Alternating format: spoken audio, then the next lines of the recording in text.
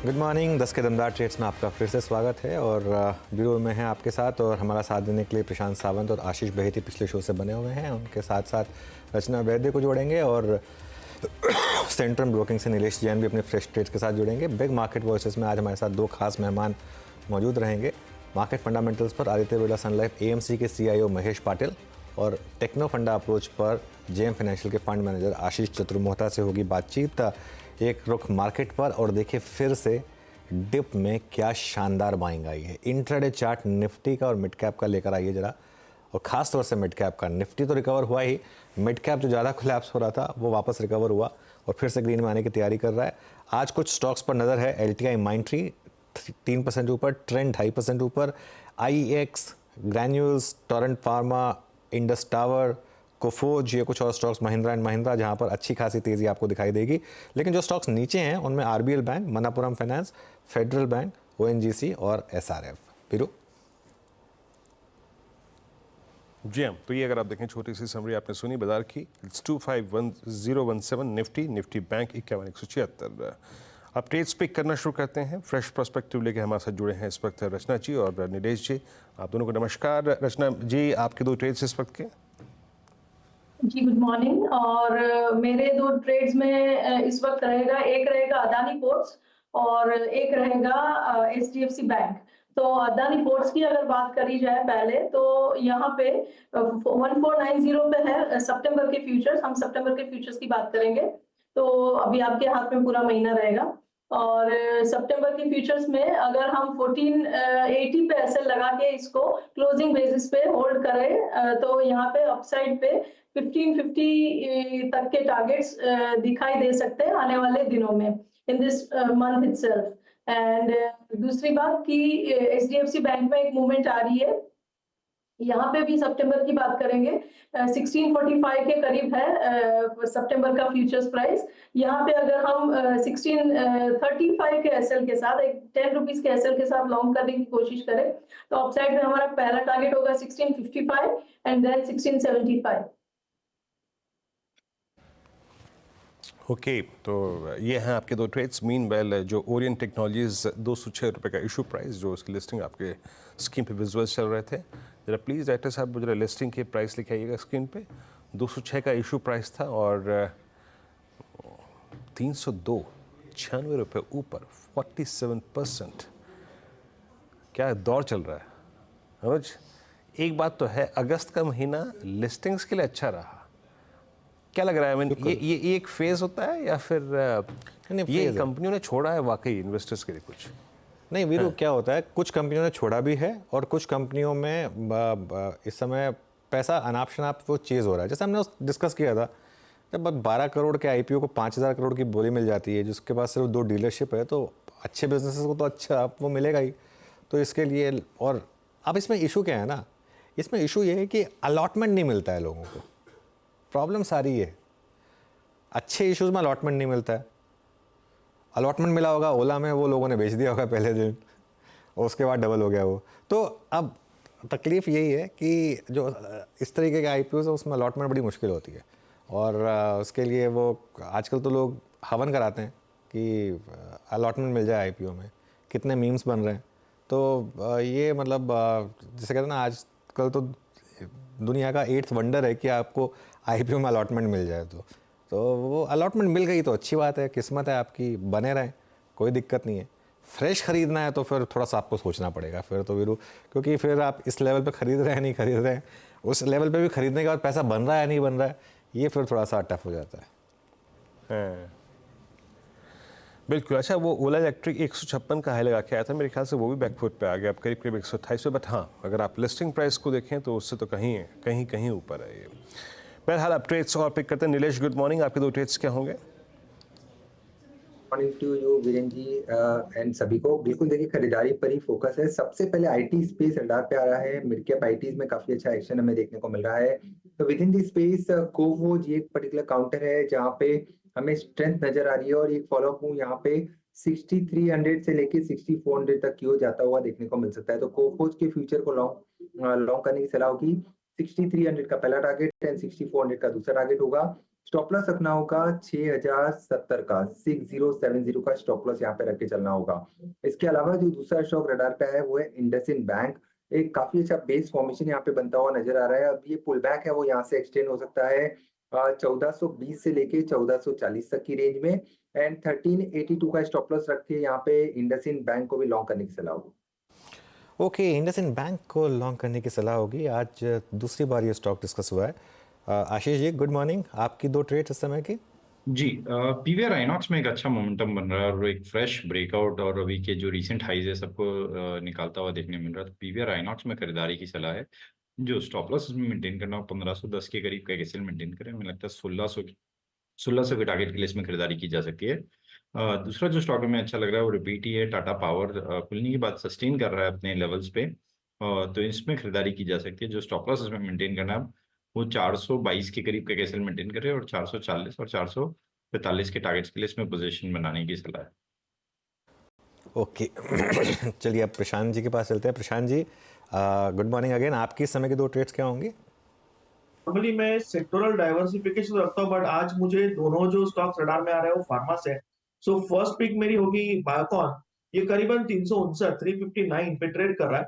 यहाँ पे stop loss रखेंगे 350 के नीचे, 349, 349। जो टारगेट होगा वो होगा 375, 375। और नेक्स्ट पिक होगा अल्केम। अल्केम में अगर हम देखें तो एक अच्छी मूव आ रही है जहाँ प्रीवियस डे लो टच नहीं हो रहा है। कल के वॉल्यूम्स भी काफी अच्छे थे, तो यहाँ पे ऑलमोस्ट 5900 पे ट्रेड कर रहा है। मेरा यहाँ पे स्टॉप लॉस होगा 5840, 1% रिस्क होगी 5840, बट टारगेट यहाँ से मेरा होगा 6075, 6075 का। ओके चलिए अब बिग मार्केट वॉइसेस में हमारे साथ आदित्य बिरला सन लाइफ एएमसी के सीईओ महेश पाटिल जुड़ चुके हैं। महेश और उनकी टीम 3 लाख करोड़ से ज़्यादा का एसेट मैनेज करते हैं। महेश जी के पास करीब 30 साल का एक्सपीरियंस है। Mahesh ji, good morning. एक पिक्यूलियर बुल मार्केट जो विदाउट करेक्शन चली आ रही है, करेक्शन 4 से 5% से ज़्यादा चलती नहीं है। आपके हिसाब से अब हम किस फेज़ में हैं मार्केट के, और क्या यहाँ पर भी इन्वेस्टर्स के लिए अच्छे मौके हैं? ये आपकी बात सही है कि मार्केट लास्ट कुछ सालों से विदाउट एनी मेजर करेक्शन से ऊपर जा रहा है। इसका कारण एक तो ऑब्वियसली आउटलुक जो है इंडिया का काफ़ी बेहतर है। अर्निंग्स ग्रोथ भी ठीक ठाक है, और मोर इम्पोर्टेंटली जो लिक्विडिटी जो आ रही है मार्केट में, राइट, डोमेस्टिक, वो मार्केट को एक तरह से सपोर्ट कर रही है। बट अगर यहाँ से अगर देखा जाए कि अगले 2 साल में, लास्ट 2 साल में मार्केट की जो मोमेंटम थी वो एक तो लिक्विडिटी थी, बट वो अर्निंग्स ग्रोथ की मोमेंटम बहुत स्ट्रॉन्ग थी। लगभग 20% अर्निंग्स ग्रोथ निफ्टी में दिखाई दे रही थी लास्ट 2 साल से। वो अभी अर्निंग्स ग्रोथ मोमेंटम अभी थोड़ी स्लो डाउन हो गई है, जो कि जायज है, बिकॉज काफी देर तक हमने देखा था कि कंपनीज के जो ऑपरेटिंग मार्जिन्स थे वो बढ़ रहे थे, इसीलिए बॉटम लाइन ग्रोथ से profit growth top line growth से ज्यादा चल रही थी। अभी लास्ट 1-2 क्वार्टर से देख रहे हैं कि ओवरऑल टॉप लाइन ग्रोथ है जो लगभग अराउंड 10-11% के आसपास है, और प्रॉफिट ग्रोथ 12-13% के आसपास में दिख रहा है। तो क्लियरली आई थिंक मार्केट का जो अभी ये जो है यहाँ से फर्दर रीरेटिंग जो मार्केट की जो हुई है लास्ट 1-2 साल में, स्पेशली जो मिड कैप और स्मॉल कैप पे, वो यहाँ से हमें ज़्यादा फर्दर रीरेटिंग की गुंजाइश नहीं दिख रही। तो जो कंपनीज की जो अर्निंग्स ग्रोथ है यहाँ से वो आई थिंक जितनी आएगी उसके हिसाब से मार्केट में यहाँ से रिटर्न आपको देखने को मिल सकते हैं। एक बात सही है कि यहाँ से अभी भी आउटलुक जो है, इकोनॉमी का आउटलुक, डोमेस्टिक इकोनॉमी का आउटलुक है वो काफी स्ट्रांग है। ग्लोबल इकोनॉमी थोड़ी वीक होती हुई दिख रही है, जो भी एक्सपेक्टेड लाइंस पे ही है। सो आई थिंक वैसे तो कुछ ज्यादा नेगेटिव सरप्राइजेस नहीं है। आई मीन ये क्वार्टर के नंबर्स पे जो नतीजे आए हैं वो भी मोरलेस कुछ कंपनीज में नेगेटिव सरप्राइज थी, बट ब्रॉडली ओवरऑल अर्निंग्स में कुछ ज्यादा डाउनग्रेड नहीं आए हैं। तो मार्केट एक तरह से अभी भी अपवर्ड ट्रेंड में है, हमें दिख रहा है। करेक्शन की गुंजाइश अगर आती है मार्केट में तो वो ग्लोबल रीजंस की वजह से होगी, और वो करेक्शन भी जब भी आएगी तभी वहां पे भी नीचे बाय करने के लिए काफी इन्वेस्टर्स वेट कर रहे हैं। काफी इन्वेस्टर्स ने रैली मिस की है, स्पेशली फॉरेन इन्वेस्टर्स, राइट, जो लगातार मार्केट में भेज रहे हैं। तो वो देख रहे हैं कि मार्केट में कभी एंट्री मिले, अगर मार्केट में करेक्शन आती है, तो मुझे नहीं दिख रहा है कि मार्केट में बड़ी करेक्शन की गुंजाइश है, अनलेस ग्लोबली कुछ मेजर रिस्क ऑफ सिचुएशन होती है। ओके अच्छा महेश सर, एक और चीज़ पूछना चाहूँगा मैं आपसे। आई मीन ये 2-3 चीज़ें हुई हैं। आई मीन इलेक्शन रिजल्ट्स आए, बजट आया, बट एक इंडेक्स हमारा निफ्टी बैंक और सारे के सारे banks including all I think private and PSU banks, अगर मैं सिर्फ फेडरल को छोड़ दूँ, बिल्कुल एक पॉज मोड में चले गए हैं, एक छोटी सी रेंज में चले गए हैं। लास्ट रिपोर्टेड नंबर्स में आपने देखा मार्जिन्स पे थोड़ा सा प्रेशर और डिपॉजिट ग्रोथ्स को लेकर बैंक्स स्ट्रगल करते हुए। ये बैंक निफ्टी को इस पॉज फेज से हम कब तक बाहर निकलता हुआ देख सकते हैं? आपका व्यू बैंक्स पे क्या है इस वक्त? सो बैंक्स में I mean last year in fact काफी अच्छी ग्रोथ थी अर्निंग्स में, क्रेडिट ग्रोथ भी अच्छी थी, क्रेडिट कॉस्ट जो रहते हैं वो भी काफी कम थे, नेट इंटरेस्ट मार्जिन बढ़ा था। ये साल में हमें दिख रहा है कि थोड़ा सा नेट इंटरेस्ट मार्जिन में प्रेशर है, जैसे कि इंटरेस्ट रेट्स अभी जो इंक्रीज थी वो अभी थम गई है। बट आई थिंक बैंक्स को एक चीज जो सता रही है वो एक तो डिपॉजिट ग्रोथ है, राइट। सो ओवरऑल सिस्टम में लिक्विडिटी थोड़ी टाइट होने की वजह से डिपॉजिट ग्रोथ काफी वीक है, और इसके कारण उसका नतीजा क्रेडिट ग्रोथ के भी ऊपर आ रहा है। और बैंक्स में हमें कुछ RBI की तरफ से भी कुछ रेगुलेशन देखे थे, उसका भी थोड़ा सा नेगेटिव इम्पैक्ट आया था। तो इसके कारण ये स्टॉक्स, आई मीन ये सेक्टर, अपनी सही बात है कि इतना ज्यादा पार्टिसिपेट नहीं किया है मार्केट में, और हालांकि वैसी कुछ खराबी नहीं है सेक्टर में। आई मीन ओवरऑल अगर देखेंगे कि बैंक्स की निम्स अभी भी काफी हेल्दी है, क्रेडिट कॉस्ट जो है NPAs वो भी काफी लो लेवल पे चल रहे हैं हिस्टोरिकल लेवल्स के मुकाबले। तो और वैल्यूएशंस भी ये सेक्टर में, आई मीन एक ऐसा सेक्टर है जहाँ पे I mean long term average के हिसाब से देखोगे तो प्राइवेट सेक्टर बैंक्स की वैल्यूएशंस रीजनेबल है, जो हम काफी मार्केट के सेगमेंट्स में ऐसी, आई मीन हम लोग बात नहीं, वहाँ पे काफी वैल्यूएशन ऊपर की तरफ है। तो आई थिंक ये सेक्टर एक कंसोलिडेशन फेज से जा रहा है, यहाँ पे इमीडिएट शॉर्ट टर्म कुछ ट्रिगर्स नहीं है, और बैंक्स के मुकाबले बाकी कुछ सेक्टर्स में ज्यादा तेजी और वृद्धि थी, इसलिए मनी वहाँ पे वो सेक्टर्स को चेस कर रहा है। तो मुझे लग रहा है कि बैंक्स यहाँ से जो अच्छी बैंक्स है, जो जहाँ पे लायबिलिटी फ्रेंचाइज स्ट्रॉन्ग है जिसकी, राइट, और आई थिंक वो बैंक्स यहाँ से भी आई थिंक ठीक कर सकते हैं। सेक्टर में I think risk reward improve होते हुए दिख रहा है, तो जिसको जिन्हें थोड़ा सा काउंटर सिक्लिकल खेलना है, जो थोड़ा कॉन्ट्रा खेलना है, तो बैंकिंग सेक्टर वो उस हिसाब से आई थिंक ठीक रहेगा। ये साल भी हमें दिख रहा है कि ग्रोथ, हालांकि निम में प्रेशर होगा, बट जो बड़े बैंक्स हैं वहाँ पे around 10 to 12% earnings EPS growth आने की संभावना, विच जो इतनी बुरी नहीं है। सो मुझे लग रहा है कि आई थिंक बाकी सेक्टर्स में अगर थोड़ी सी हमें परेशानी दिखती है, तो बैंक्स उसके मुकाबले आई थिंक रिलेटिवली अच्छी दिखने लगेंगे, और तभी ये सेक्टर चलने होगा। और अगर FI का पैसा देखो, बैंक्स में काफी FIs की ओनरशिप थी, अभी काफी सेलिंग जो बैंक्स में आ रही है वो FI की सेलिंग की वजह से अभी आ रही है। तो जब भी FIs की बाइंग पॉजिटिव हो सकती है, तो आई थिंक तो पहला मनी जो आएगा वो बैंक्स में आ सकता है, बिकॉज वहाँ पे लिक्विडिटी और वैल्यूएशंस सही है। ओके अच्छा महेश जी, एक और स्पेस जिसमें सिलेक्टिवली बहुत अच्छी प्राइस परफॉर्मेंस देखी, और मैं बात करना चाहूँगा आई मीन रिटेल स्पेस की। आप चाहे वो ट्रेंड को देखिए, आप एवेन्यू सुपरमार्ट्स को देखिए, रिसेंटली आप जुबिलेंट फूड्स को देखिए, मैं इसमें आई मीन QSR सेगमेंट को भी इंक्लूड कर रहा हूँ थोड़ा सा। कुछ रिटेल स्पेस में आपका व्यू क्या है इस वक्त, और जिस प्रकार के फुटफॉल्स रहे हैं बीते, अगर आप 6 महीने को देखें या फिर स्पेशली लास्ट 1 साल में, आपका टेक रिटेल स्पेस पे? रिटेल सेक्टर इनफैक्ट लास्ट ये क्वार्टर में हमें थोड़ी अपटिक दिख रही है। ओके, सो ये सेक्टर भी काफी हद तक, आई मीन कोविड के बाद एक रिकवरी आई थी, बट उसके बाद लास्ट ईयर ये सेक्टर में काफी स्लो डाउन हुआ था, बिकॉज इन्फ्लेशन ज्यादा था, डिस्क्रिशनरी स्पेंड्स थोड़े कम हो गए थे। बट हमें दिख रहा है कि अभी वो बेस इफेक्ट भी कैच हो रहा है यहाँ सेक्टर में, और धीरे धीरे जो सेम स्टोर सेल्स ग्रोथ की बात करते हैं रिटेल सेक्टर में, ओके, जो इम्पोर्टेंट, बिकॉज 2 तरह से ग्रोथ आती है सेक्टर में। एक तो जो एग्जिस्टिंग स्टोर्स है वहाँ पे कितनी ग्रोथ हो रही है, और जो नए स्टोर आप एक्सपैंड कर रहे हैं नई जगह पे, उसके कारण जो ग्रोथ आती है। तो जो एग्जिस्टिंग स्टोर है वहाँ पे जो ग्रोथ वो फ्लैट और नेगेटिव चल रही थी, वो अभी हमें दिख रहा है कि ये क्वार्टर से पॉजिटिव होती जा रही है कुछ स्टॉक्स में। तो आई थिंक यहाँ से आई थिंक एक तरह से और रूरल भी जो है इकोनॉमी और जो सेमी अर्बन जो है स्पेशली टियर 2 टियर 3 सिटीज में, वहाँ पे अभी थोड़ी इंप्रूवमेंट दिखाई दे रही है। तो आई थिंक ये सेक्टर लॉन्ग टर्म के हिसाब से अगर देखें तो काफी अच्छा, हमें बहुत पसंद है ये सेक्टर, बिकॉज इंडिया में जैसे स्पेंड कंजम्पशन स्पेंड और मोर सो डिस्क्रिशनरी कंजम्पशन स्पेंड जो है वो जैसे बढ़ेंगे, जैसे पर कैपिटा इनकम जाएगी, तो ये सेक्टर में लॉन्ग टर्म ग्रोथ अपॉर्चुनिटी अच्छी दिख रही है। और धीरे धीरे जिस तरह से इंप्रूवमेंट दिख रहे थे, ये सेक्टर इन्वेस्टर्स के लिए लॉन्ग टर्म के हिसाब से सही रहेगा यहाँ से देखने के लिए। और काफी अच्छी कंपनीज है ये सेक्टर में, जहाँ पे स्ट्रॉन्ग ब्रांड्स हैं और उसका और इस सेक्टर में एक अच्छी बात है कि काफी अनऑर्गेनाइज मार्केट है, राइट। सो जो ऑर्गेनाइज प्लेयर जो है, जिनकी अच्छी डिस्ट्रीब्यूशन है, ब्रांड है, फ्रेंचाइजी जिनकी अच्छी है, तो वो मार्केट शेयर गेन कर सकते हैं अनऑर्गेनाइज, उसके कारण ये सेक्टर में लॉन्ग टर्म ग्रोथ अच्छी होनी चाहिए। अच्छा सर, हमने भी बात की बैंक्स को लेकर और वही चैलेंजेस जो बैंक्स में है डिपॉजिट्स को लेकर, एनआईएम्स को मेंटेन करने को लेकर।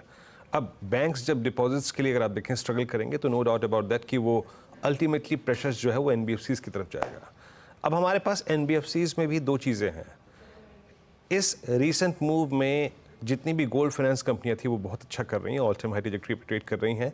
एक तो सर ये गोल्ड फाइनेंस कंपनियों पर आपका टेक, और एक और चीज़ जो नॉन लेंडिंग में अगर मैं पोर्शन में जाऊं जहां पे हमारे सारे एक्सचेंजेस पर असिस्ट करते हैं, बीएससी हो गया, एमसीएक्स हो गया, along with I think entire brokerage space, ये दो स्पेस आपको कैसे लग रहे हैं इस वक्त?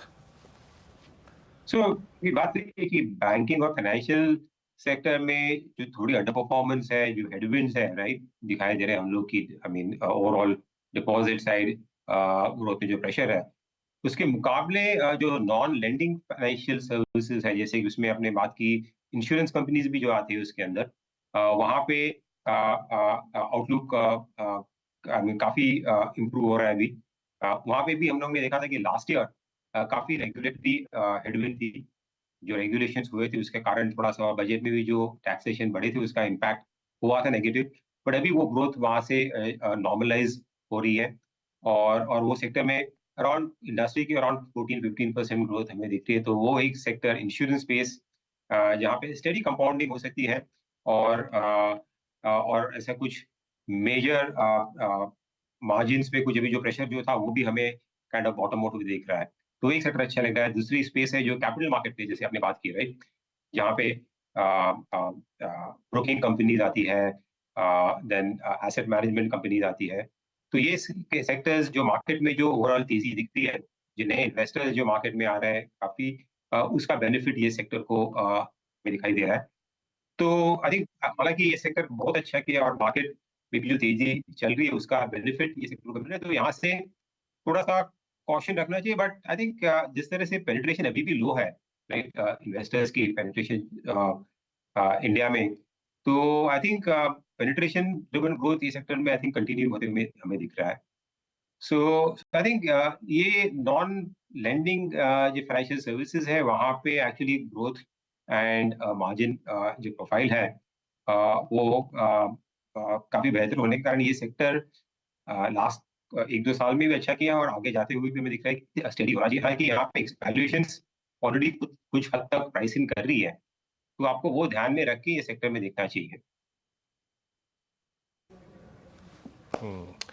चलिए भाई सर, बहुत बहुत शुक्रिया आप इस कार्यक्रम में शामिल हुए। आज आप ये सभी सेक्टर्स पे, इंडस्ट्रीज पे अपनी राय रखी, आपने बहुत बहुत शुक्रिया। Have a nice day sir, बहुत बहुत शुक्रिया।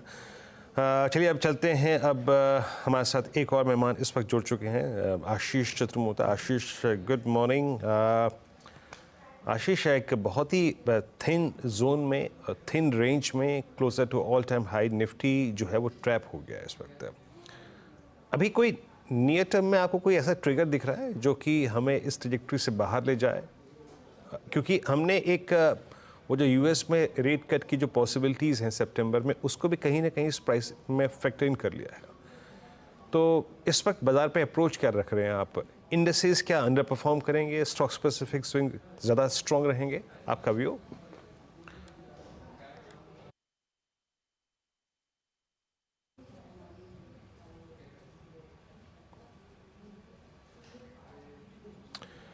आशीष जी, वो एक अनम्यूट बटन होगा, उसको दबा देंगे जरा एक बार थोड़ी देर के लिए।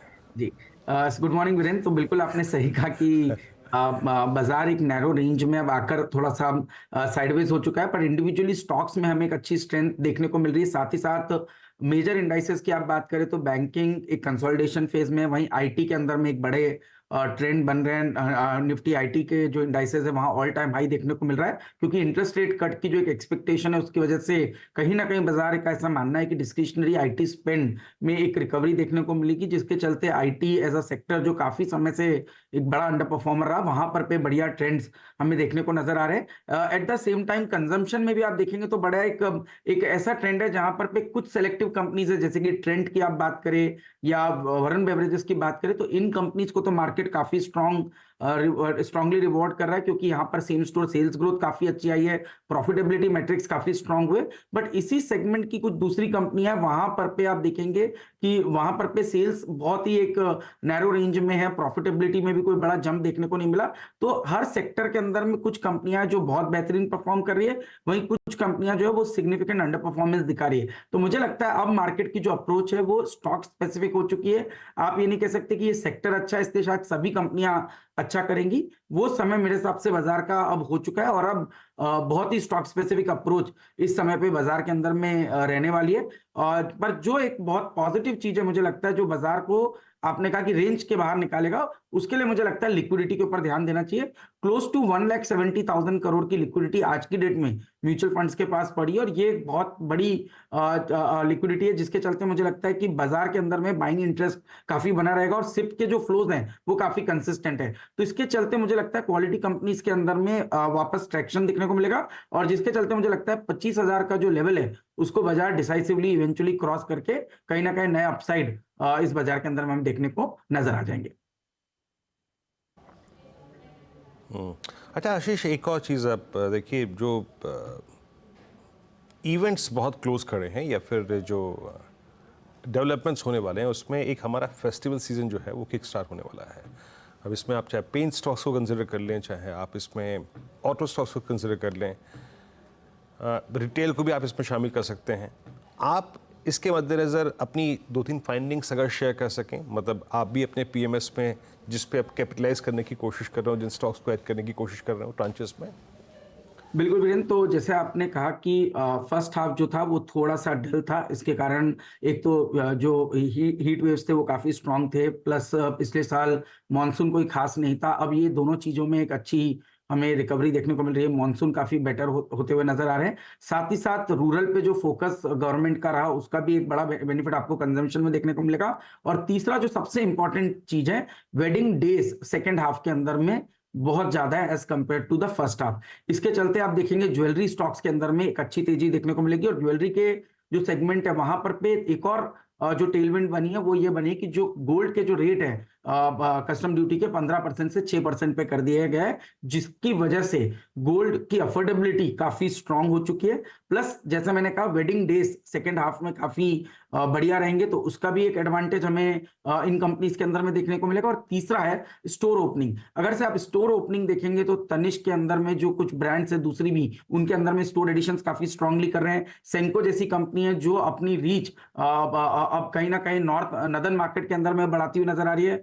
कल्याण के अंदर में भी हमने देखा स्टोर एडिशंस काफी स्ट्रांग हो रहे हैं, और ये तीनों कंपनी कहीं ना कहीं आप देखेंगे कि इनके अंदर में जो स्टडेड ज्वेलरी का जो सेगमेंट है उसको बढ़ाने की कोशिश कर रहे हैं, जिसकी वजह से मार्जिन में अच्छा खासा एक्सपांशन देखने को मिलेगा। तो मुझे लगता है कि ज्वेलरी कंपनीज के अंदर में एक बहुत बढ़िया ट्रेंड देखने को नजर आएगा।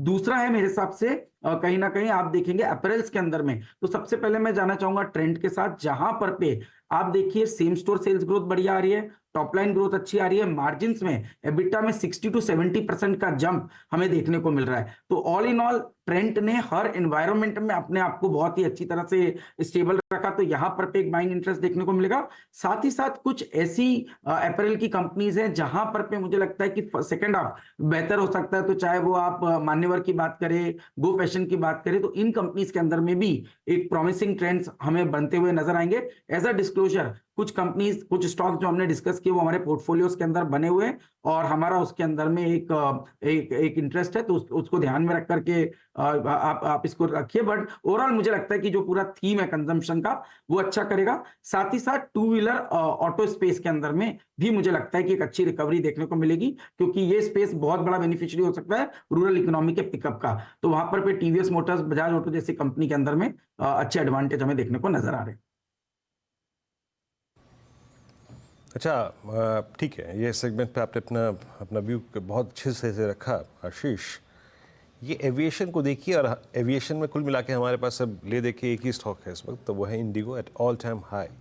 जिस प्रकार के नंबर्स इन्होंने लास्ट क्वार्टर में पोस्ट किए थे और जिस प्रकार की प्राइसिंग है, टिकट प्राइसिंग, और स्पेशली क्योंकि आपका फेस्टिवल्स उसमें ट्रेवल काफ़ी ज़्यादा होता है, सब अपने घर जाएंगे आएंगे। इनका अब ओवरसीज़ भी अगर आप देखें फुल फ्लैज है, चल रहा है। ये अब एक मतलब आप सोच लीजिए कि उसके बाद आपका दिसंबर के ऑनवर्ड्स आपका फिर छुट्टियों का सीज़न शुरू हो जाएगा। ये इंडिगो किस चीज़ के लिए प्रिपेयर कर रहा है अपने आप को? आपने कई बार इस पर वकालत की भी है, आपके टारगेट नज़र आ रहे हैं आप, और क्या आप लोगों ने प्रॉफिट्स बुक करें या फिर होल्ड रखा है इसको? नहीं, बिल्कुल होल्ड रखा है Virendra. As a disclosure stock हमारे पोर्टफोलियो में, और इसकी चर्चा भी हमने पहले की थी।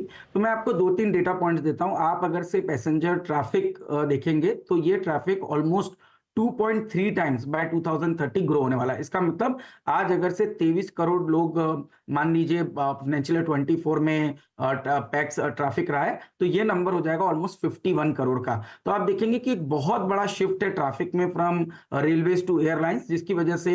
और दूसरी जो बात है, एक तो आप एयरपोर्ट एक्सपेंशन देखेंगे तो नवी मुंबई में, दिल्ली एयरपोर्ट में हमें वहां पर भी हम देख रहे हैं एयरपोर्ट एक्सपेंशन हो रहा है। साथ ही साथ जो पासपोर्ट के होल्डिंग है, वो पासपोर्ट होल्डिंग पैसेंजर्स है, वो बढ़ रहे हैं। ऑलमोस्ट आज की डेट में इंडिया के अंदर में सिर्फ 6.5% लोग ऐसे हैं जिनके पास पासपोर्ट है, और ये नंबर बहुत ही सिग्निफिकेंटली बढ़ रहा है। जो आप देखेंगे कि बाहर जो देशों में भी ट्रैवल के लिए अब हमारी जो फ्लाइट्स हैं वहां पर जा रही हैं। और इंडिगो के अंदर में सबसे बड़ा एडवांटेज है, एक तो मार्केट लीडरशिप, सेकंड कॉस्ट के अंदर में सबसे अच्छी जो लीडरशिप रखता है वो इंडिगो रखता है, तो इनकी कॉस्ट काफी कम रहती है, जिसकी वजह से इनके मार्जिन्स काफी स्ट्रांग होते हैं। और तीसरा, अब ये हर वीक में एक एयरक्राफ्ट ऐड करेंगे। तो इन सब वजहों से मुझे लगता है कि ये स्टॉक एक बेहतरीन अप ट्रेंड में रहेगा as a disclosure. But still मैं समझता हूं कि 5200 तक के टेक्निकल लेवल्स हमें इंडिगो के स्टॉक में देखने को नजर आते हैं। ओके, इंडिगो, और बात करते करते 4856 पे Indigo is at all time high. सुबह हम डिस्कस कर रहे थे, कल भी डिस्कस कर रहे थे। आशीष, बहुत बहुत शुक्रिया आप इस कार्यक्रम में शामिल हुए। बहुत बारीकी से आज हमने हर सेक्टर पे बात की, जितने भी आज सेक्टर्स को हमने छेड़ा यहाँ पे, स्पेशली रिटेल स्पेस को लेकर। मार्केट्स निफ्टी में एक रिकवरी है एट 25027, मतलब वही ऑप्शन राइटर्स के जोन में है। अब एक काम करते हैं, एक ब्रेक लेते हैं, और जब ब्रेक से लौटेंगे तो नीरज जी होंगे। ट्रेडर्स हॉटलाइन देखिए, आपकी जितनी भी I think stock specific queries हैं ब्रेक के उस अगले छोर पर ट्रेडर्स हॉटलाइन में नीरज जी के साथ। नमस्कार।